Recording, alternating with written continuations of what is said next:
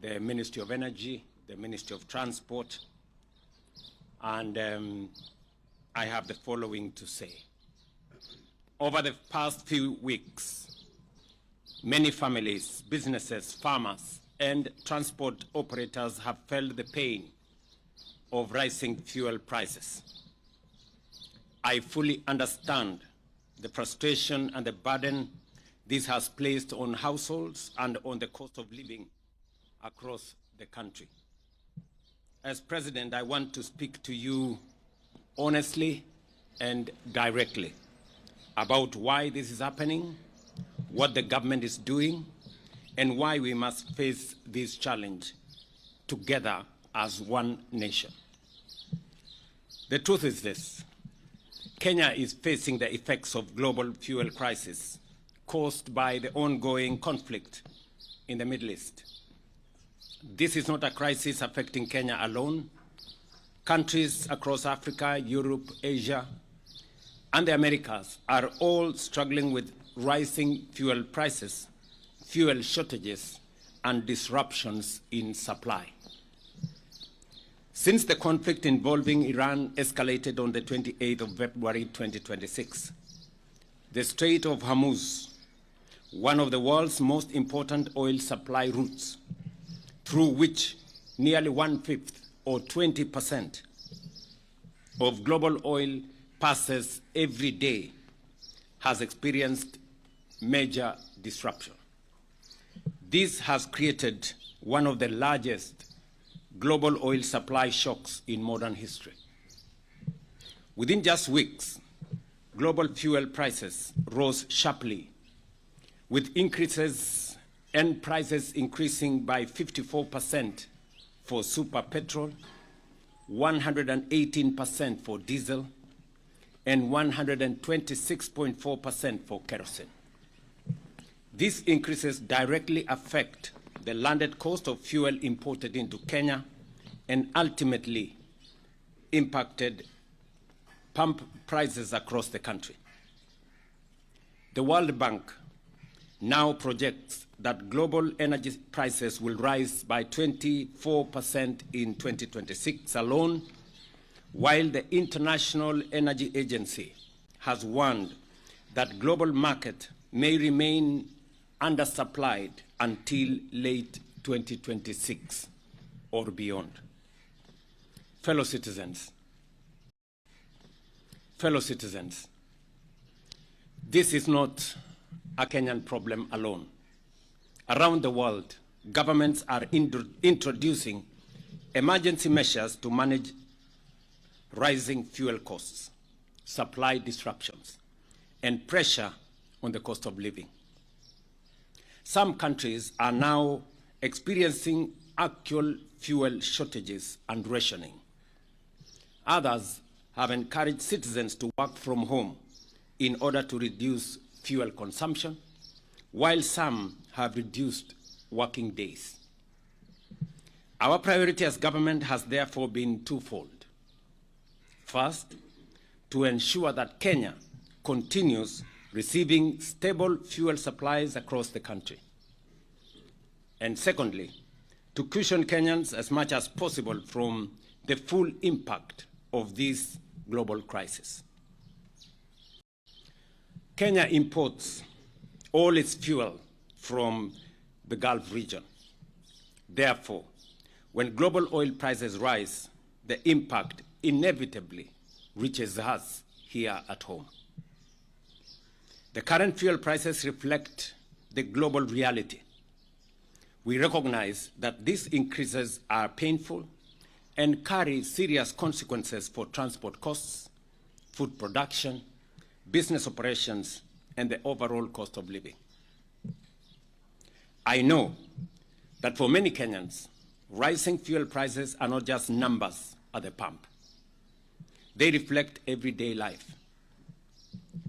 They mean higher matatu fares, a farmer paying more for transport of their produce to the market, a border rider worried about their daily earnings, a parent struggling to stretch their family budget, and a business fighting to remain afloat while protecting jobs.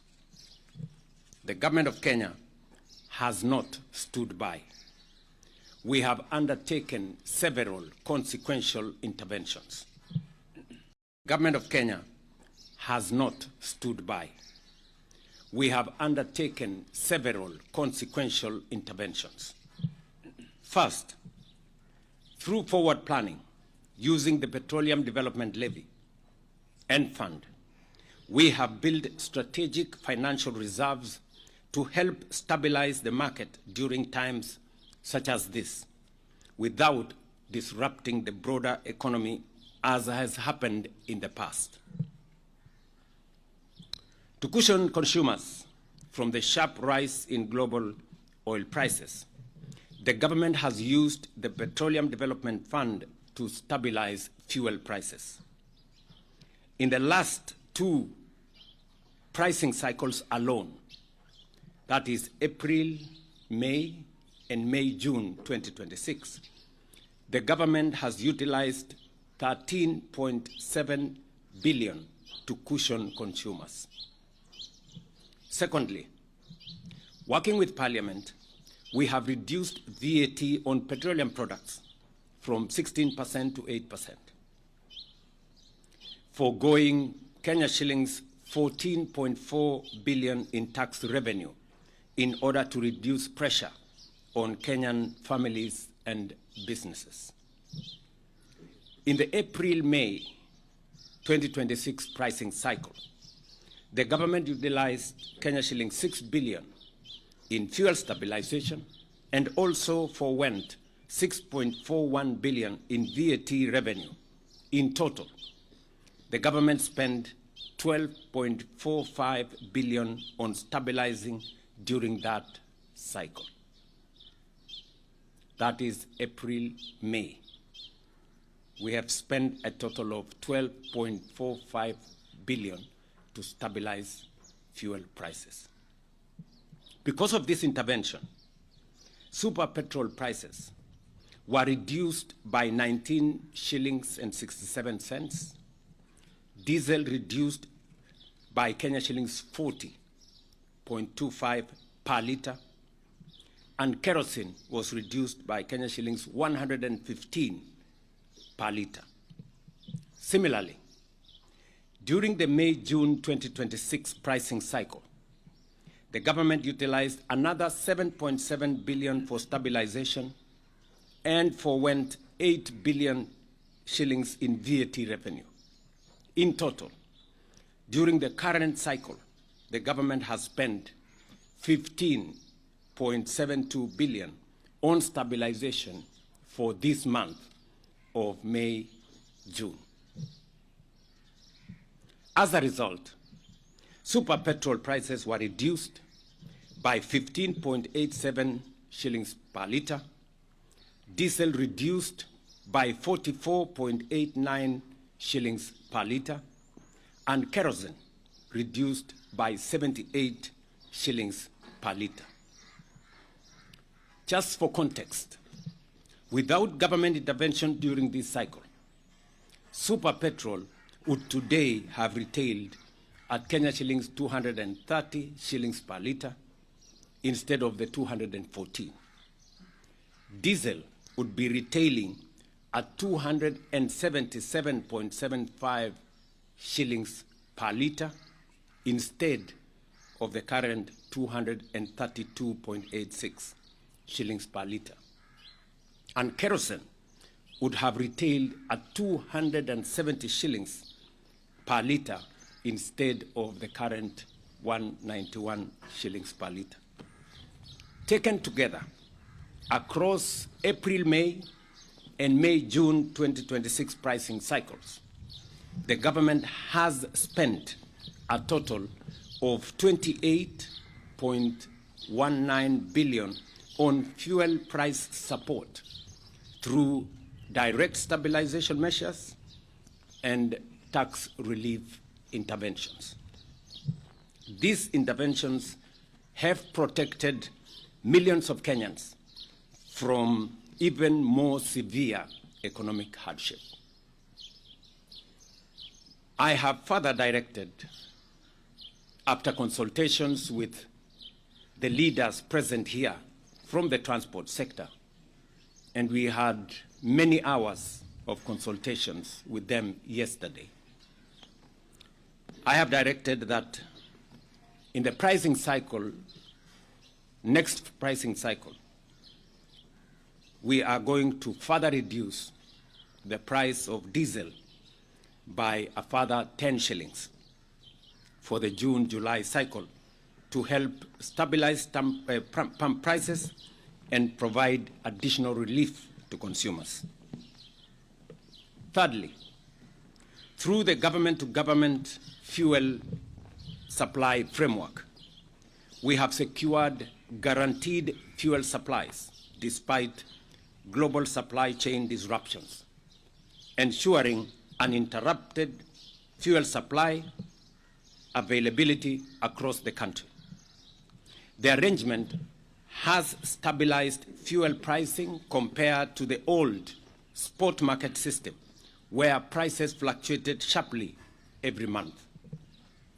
Before the G2G arrangement was introduced in 2023, oil importers faced intense pressure to secure US dollars within short timelines, driving rapid depreciation of the Kenya shilling and threatening fuel supply stability. By easing pressure on foreign exchange demand and ensuring predictable supply terms, the framework has protected the economy during the crisis as the one we have now. Without it, the country's situation, I tell you, would be much worse. And I want you people to talk to oil marketers. They will explain to you the kind of situation that was there in 2022 when we had a crisis like the one we have. Without a guaranteed supply, without the framework we have built, there would be a major crisis of foreign currency, and there would be a major crisis of supply. The G2G arrangement has guaranteed supply, even when we have disruptions, and has also made it possible for us to pay on terms that does not put pressure on our dollar reserves. I know there are those who are trying to turn this global crisis into politics. People seeking to exploit public pain for political gain, making reckless claims and pretending there are easy options. But leadership requires honesty, not political opportunism or playing populist politics. The reality is that no country can completely escape the global oil shock of this magnitude.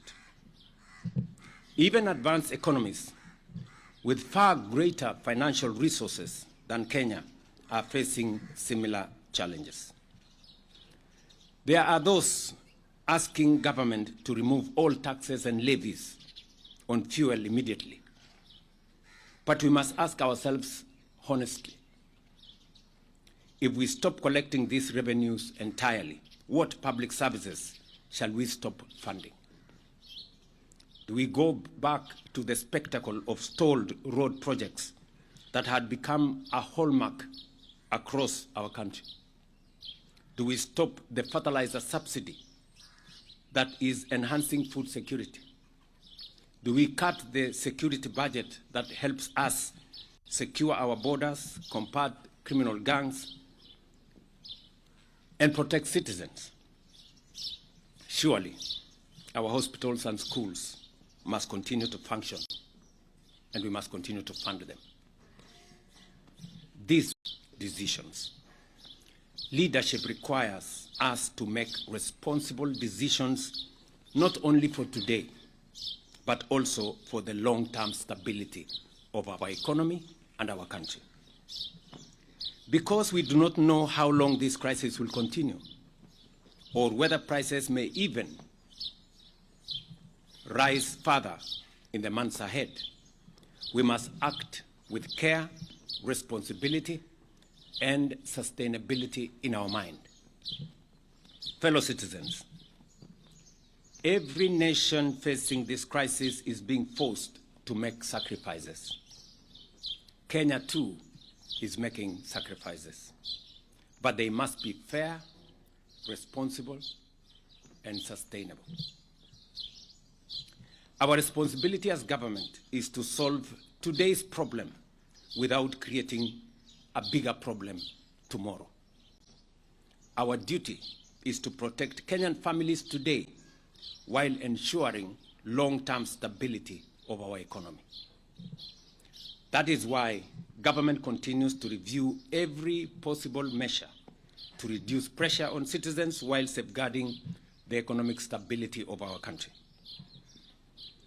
We are engaging stakeholders across the transport sector, agriculture, industry, and business community to develop practical interventions aimed at reducing the impact on livelihoods and economic activity.